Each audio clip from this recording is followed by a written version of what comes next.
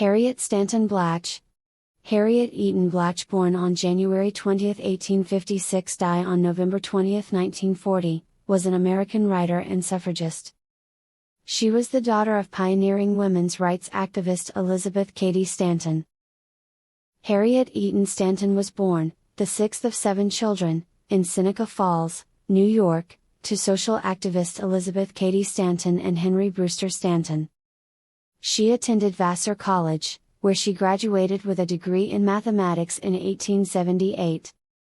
She attended the Boston School for Oratory for a year, and then spent most of 1880-81 in Germany as a tutor for young girls.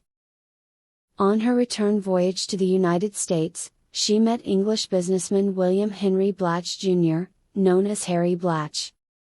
The two were married in 1882, and lived in Basingstoke, Hampshire, for 20 years, where Harry was brewery manager of Basingstoke Brewery, John May and Company. They had 2 daughters, the second of whom died at age 4. Their first daughter, Nora Stanton Blatch Barney, continued the family tradition as a suffragist, was the first U.S. woman to earn a degree in civil engineering, and was briefly married to Lee DeForest, before entering a longer second marriage. Harry Blatch died in 1915, after being accidentally electrocuted. In 1881, Harriet Stanton worked with her mother, Matilda Jocelyn Gage, and Susan B. Anthony on the history of woman suffrage. She contributed a major chapter to the second volume, in which she included the history of the American Woman Suffrage Association, a rival of Stanton and Anthony's National Woman Suffrage Association. This action helped to reconcile the two organizations. While in England, she performed a statistical study of rural English working women's conditions, for which she received her M.A. from Vassar.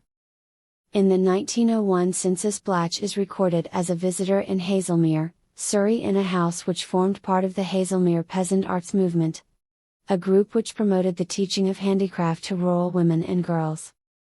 She also worked with English social reform groups, including the Women's Local Government Society, the Fabian Society, and the Women's Franchise League.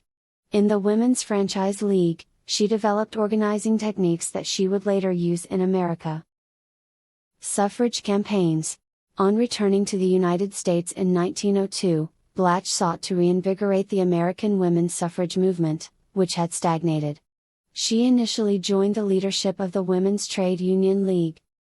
In 1907, she founded the Equality League of Self-Supporting Women, later renamed the Women's Political Union, to recruit working-class women into the suffrage movement.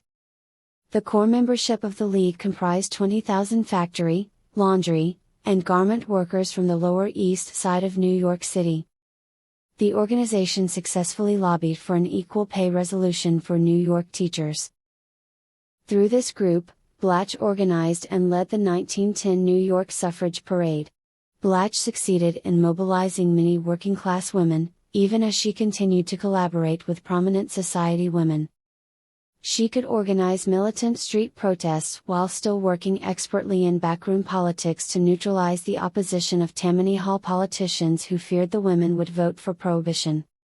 During her years advocating for women's rights, Blatch also published a book called Mobilizing Woman Power, which inspired women from across the United States to recognize their place in society. The Union achieved significant political strength, and actively lobbied for a New York State constitutional amendment to give women the vote, which was achieved in 1917 after Tammany Hall relaxed its opposition. In 1915, Blatch's Women's Political Union merged with Alice Paul and Lucy Burns' Congressional Union, which eventually became the National Woman's Party. During World War I, Blatch devoted her time to the war effort, heading the Woman's Land Army of America, which provided additional farm labor. She wrote Mobilizing Woman Power in 1918, about women's role in the war effort, urging women to go to work. In 1920, she published A Woman's Point of View, where she took a pacifist position due to the destruction of the war. After the passage of the 19th Amendment in 1920, Blatch joined the National Woman's Party to fight for passage of the Equal Rights Amendment, rather than the protective legislation supported by the Women's Trade Union League. She also joined the Socialist Party, and was nominated for New York City Comptroller and later the New York State Assembly, but did not win office. She eventually left the party, because of its support for protective legislation for women workers. During the 1920s, Blatch also worked on behalf of the League of Nations, proposing improvements for the amendments to the League's covenant. In 1939, Blatch suffered a fractured hip and moved to a nursing home in Greenwich, Connecticut.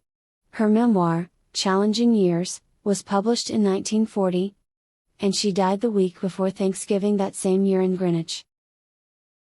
Thanks for watching HerStory channel. Don't forget to like the video and subscribe our channel.